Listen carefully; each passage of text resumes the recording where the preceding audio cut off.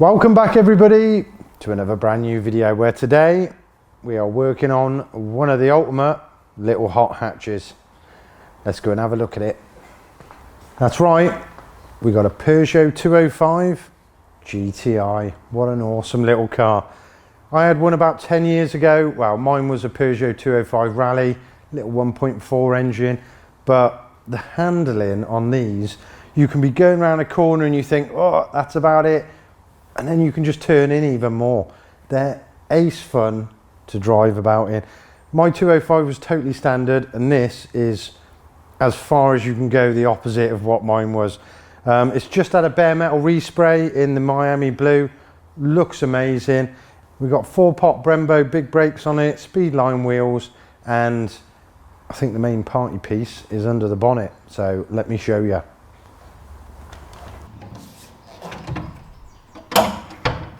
Oh, have a look at that. That is one big massive engine in a tiny little car. You wouldn't believe it, but from there to there, £10,000 in that. That's a lot of money. It's a GTI 6 engine with a 1.9 crank. That strokes it up to a 2.1, fully forged, big cams, Gen V throttle bodies. Have a guess how much bhp. I tell you what, pause the video, write it in the comments right now. Ready? It's 233 horsepower.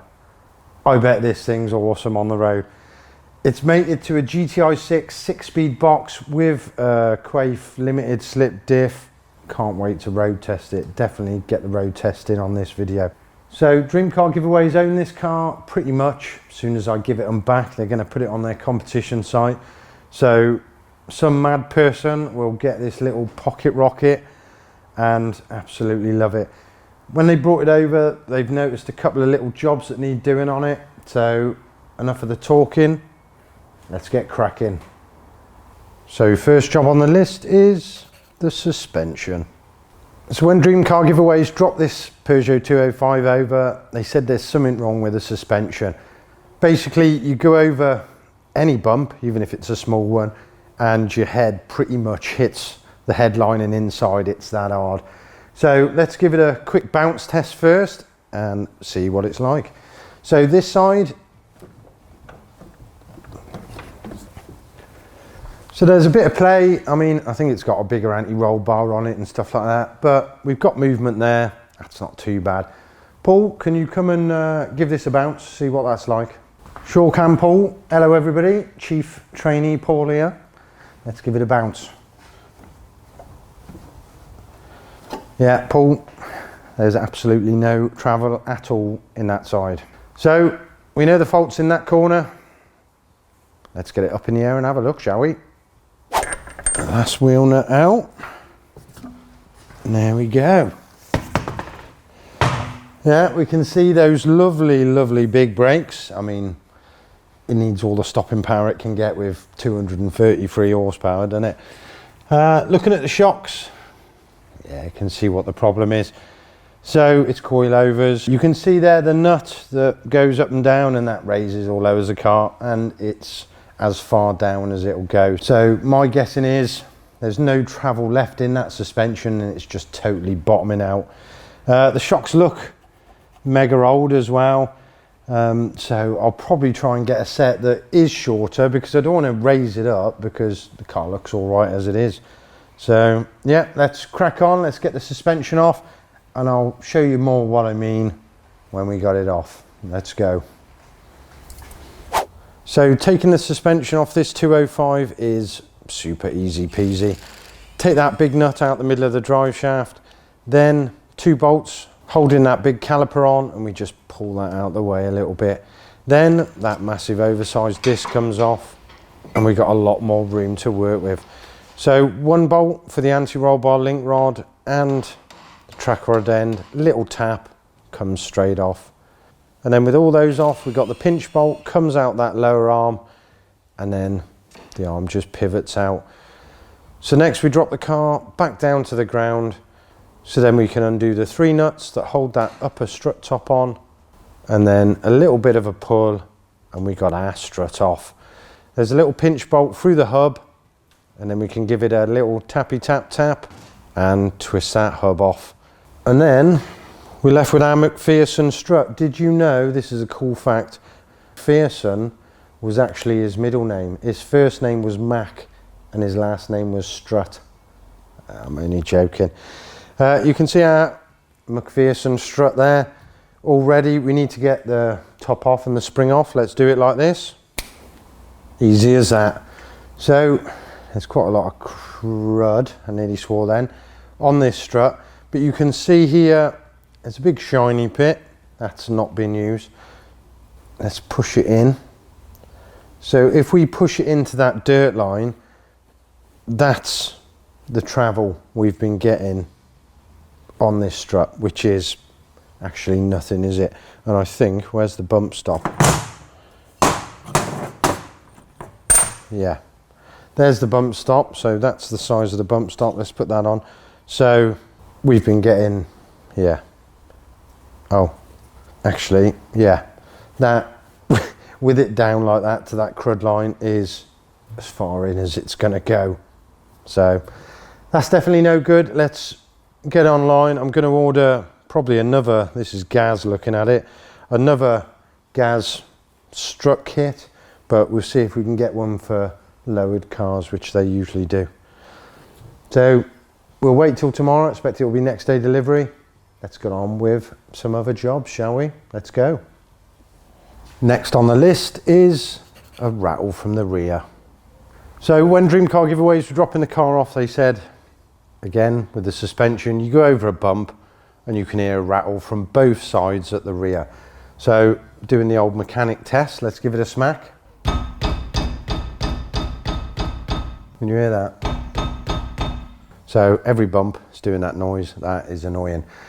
More than likely it's just the dust cover of the wheel bearing is fallen off in the back of this wheel, but let's get the wheel off. Let's have a look at it. So last wheel nut ready for the cap to fall off. Ready? No, it's okay. That's weird. Fat plate's tight. I can see it. See this spring here? That's the pad retaining spring. That keeps the pads tight, and with that being in the wrong position, I can grab the pad, give it a wiggle. That's no good. It's a quick fix. So all we got to do is take out the bottom slide that keeps the pads in place. It's just held in by a safety clip to stop it coming out when you drive it. And then you use your most sharpest flat blade screwdriver, give it a tappy tap tap, and it pops right out. Then we can see the sprung loaded pad retaining clip, and all I'm going to do is literally push it up so it hooks just into the ear of the pad, and that's it. You can see there, giving it a little push, the pad goes in, springs back out again, and that's all we're doing. We're just holding tension on that pad. But looking at the pads, there's no grease anywhere, so I'm going to take it out. Any bit of metal on the back of the pad that touches metal of the pad carrier is going to get copper slipped on both pads, and that slide across the bottom. Because copper slip helps with brake squeal, you don't get any, and it's waterproof, so no matter how much you jet wash the wheels, it don't come off, which is ideal, and it don't squirt up all over your wheels. Now we got the wheel back on and the brakes are built back up. Let's give it the test. That sounds better, doesn't it? Ideal. Same on the other side. I'll get cracking on that. And then that's another one. Wow, that's the first one off our list. We'll get on to job number 3. So the next job on the list is the oil leaks. So the joys of working at home. Again, the roof height's not great, so I have to kneel down under here. We got 2 oil leaks, or at least I think it's oil. Got a couple of little spots here. No, that's coolant, so we got a coolant leak. But the biggest pile is here, and that is stinking. That's gearbox oil, that is. So let's start with the coolant one first. We got a drip here off the pipe. Ah, yeah, there it is. So I can see where the bottom hose meets the radiator. That clip ain't done up enough, I bet you, because there's just a little drip off it. So that's easy enough, I'll do that. And then this side, the leak is, yeah, it's coming out of where the drive shaft fits into the gearbox. You've got the inner drive shaft seal, or you know, the diff seal. It's dripping out of there. Right, we need to get up this side and get all this upright off. We've got to get it off anyway because the coilover's got to be changed, but we need it off to get to that drive shaft. So you know how it's done by now, so we'll do it this way. Ready? 3, 2, 1. Hey, if everything was that easy, it'd be lovely. I've already drained the oil out the gearbox when I took the strut off, so hopefully a little tug. There we go. That's our drive shaft out. You can see the seal here. Do you know, I've never liked these seals. These are the genuine ones. Little gaps in the outer seal. And to me, that just allows grit and dust to get in there and just damage it. So we've got a different kind of seal, which I'll order. And yeah, I think that's it for the day. I'll go in and wait for all the parts to turn up tomorrow. See you tomorrow. Good news, we're on the day after and all our lovely parts have arrived. So we've got the coilover kit. Looking at it, the shaft looks longer and the thread from the bottom to the top looks shorter. So that's going to give us more travel. I'm still going to wind the nut as far down as we can go because a lowered 205 just looks awesome, let's be fair. It came with rear shocks, which are adjustable, so I'll be fitting them too. The only thing I've noticed is the springs that come with the new coilover kit. If you look there, it says 8 inches by 300. So the 300 is 300 pound of, you know, sprung weight or whatever. Ideal for a standard 1.6 or 1.9 GTI, but our engine is much bigger, and with the 6-speed box, it's much heavier. I noticed the springs that were on it, if you look there, it's hard to see, but that says 8 by 400 pound. So it's an extra 100 pound of sprung force.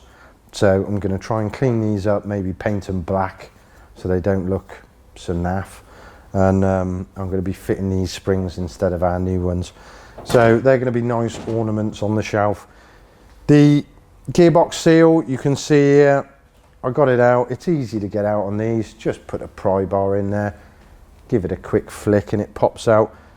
But with the new one next to it, the new one's a Febby Bilstein seal. You can see what I mean. It's got a nice dust cover going around it. There is the actual oil seal underneath that. So that's only, yeah, the dust cover to stop dirt going in there, which I think's much better. So yeah, that's all our bits. Let's smash them on the car, get this car finished. So putting it all back on, it's easy peasy. The seal, you have to give it a little tappy tap tap and it just pops into place. And then with the drive shaft back in, we're just going to put our nice new shiny clean struts back on the front, and then that's it all done. And then the rear shocks, possibly the easiest shocks to do in the world ever. You've just got one nut at the bottom, a bolt at the top, and that's them changed. Easy as that. The old ones, real bad condition. The casings all sort of started to corrode and stuff like that. Just look a bit nasty. New ones on there.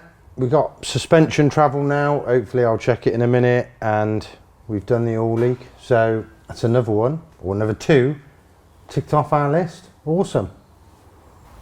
And the next on the list is the seats. So Peugeots are well known for not having the best seats in the world, but if we give them a wiggle, they do that, which they shouldn't be doing.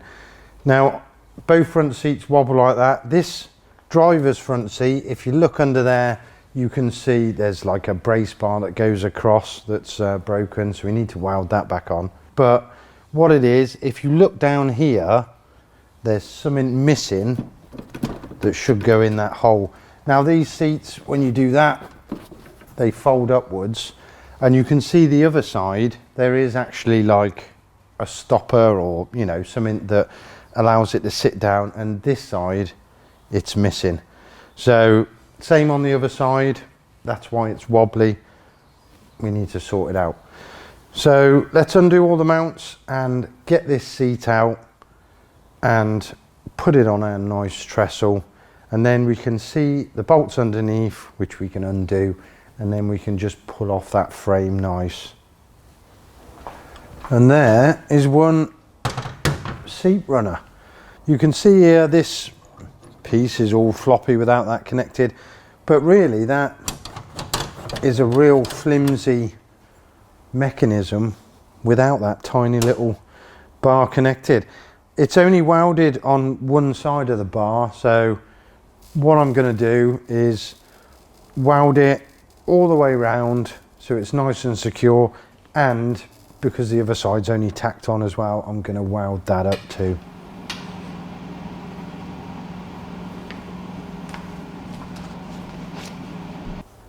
And then all we got left to do is these little bump stops. I'm going to make them on the 3D printer out of solid plastic, and then just put a bit of felt on the bottom of them to stop them squeaking. Looking at what we got to do, I'm going to use Tinkercad. It's free. You can have a play with it yourself at home if you want to. So this is the circular bump stop that's still on this side. Let's give it a measure.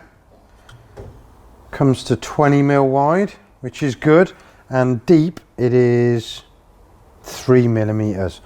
Now let's pull that out, and then we can see the hole that's inside. Measuring that, that is 7 mil, and then the depth is 4 mil. So we're just going to add that onto our 20 mil disc and then join them together. And then once we've joined those two, we just need to make like a little cone like what's on this original one, just to secure it when we push it through. So a little cone, I'll go 0.5 of a mil taller and then about 9 mil high. We just need 4 of them to print, and then that's it. So I'll just make it so there's 4 of them, and then they're all matching, and then we'll send them to the printer. So while the printer is over there doing its thing, it says it's going to take about an hour just to print off those 4 little bungs. I thought I'd get the other seat out and clean the carpet, because where it's been in the body shop, the inside's got a fair bit of dust in it. I thought I'd give it an hoover. Pulled the seat out and I heard a little twang, and what do you know, have a look at that. This side's popped too. So the same's going to happen with this one. I'll get the frame off, weld it, and then by then the printer would have taken its time printing them 4 little plugs, and then our seats are all done. A lot better now, look. The left and right wobbliness has gone because of them stops being there now, and it helps actually being welded together, I expect. So the interior, covered in dust. It's had this bare metal respray, and obviously that's a lot of paint and primer to get off the outside, and it just gets everywhere. So I've used 10 gazillion wet wipes going round everything inside, trying to get rid of it. It's all in the air vents and everything like that. So fingers crossed it doesn't come shooting out at us when we go on road test. Another thing I'll show you is a new set of wheels. So the old wheels, they were painted in like a flat grey. It wasn't a very nice colour, and when you looked up close, it was all cracking. So I've gone for another set of speed lines. They're similar to the original GTI wheels. I just think they look awesome. Proper job. So that's everything done on our Peugeot dream car. I've got a lot of work ahead, cleaning it and sorting bits out like the seats and stuff, but it's time for a road test. Let's go and see how fast this engine is. Let's go.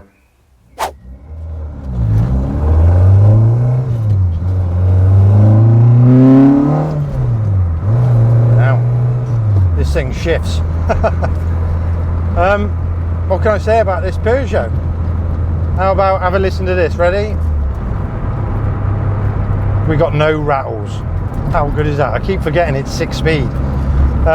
It's real nice inside here, to be honest. We got no sunroof. I think that's quite rare on a 205. Usually it got them whacking great big sunroofs in them. It feels lovely. The suspension's a little bit hard, but then again, it's not like a Sunday cruiser. This thing's built to go fast, basically. The steering's good. It's got power steering. It's nice and light when you low down, and when you get to speed, the feel of the steering's nice. Gears change smooth. Yeah, everything's real nice. Whoever wins this is going to absolutely love it. The main question is, let's get over the bump. How does it go? We need to see what this gear ratio is like and see if it pulls nicely through every gear. So let's get to this roundabout and give it a little tickle up the bypass. Let's go. Right, off the roundabout, are we ready? I'll go in second, it'll be better. Ready? 3, 2, 1. Holy shit.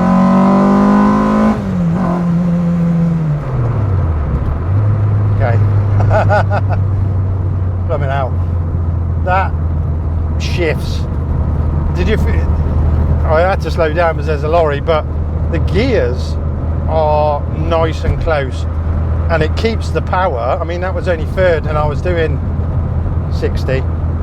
So whoever wins this car is gonna love it. Let's get round the roundabout at the top. Hopefully we'll get a bit more space and we'll give it another little tickle.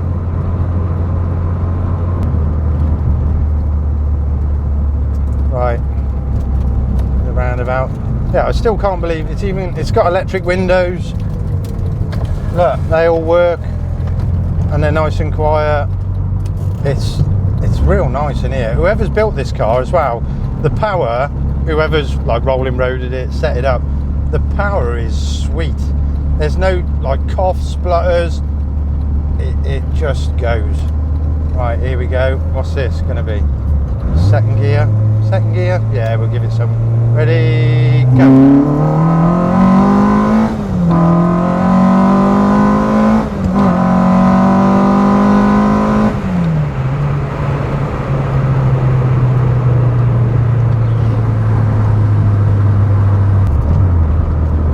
Fair play. That I feel hot now. That shifts. That done half go. Dream car got a bit of work to do on it now, because then just accelerating, quite a lot of dust came out the air vents where it's been to the body shop, so it's gonna want a massive go through by them, which they always do anyway. And also there's a couple of little bits like the seat need repairing, and I think the ashtray's broken, so that's down to them to do. They love doing that kind of stuff, making the car absolutely tip top. But yeah, Jesus, this thing, wow, this thing absolutely flies. It's a credit to whoever's built it. Love it. Right, that's it for this video then. I'm going to go and drop it back off, and I think I've got a Sierra Cosworth to pick up next, and I'm going to start on my Nova, make sure I'm not going to crash into anybody, doing all the squeaks and rattles and everything like that, because we got a drag race day coming up soon and I want to go and see what it does up the quarter mile. So yeah, that's it for now. Thanks for watching. I'll see you on the next one. Ta-da.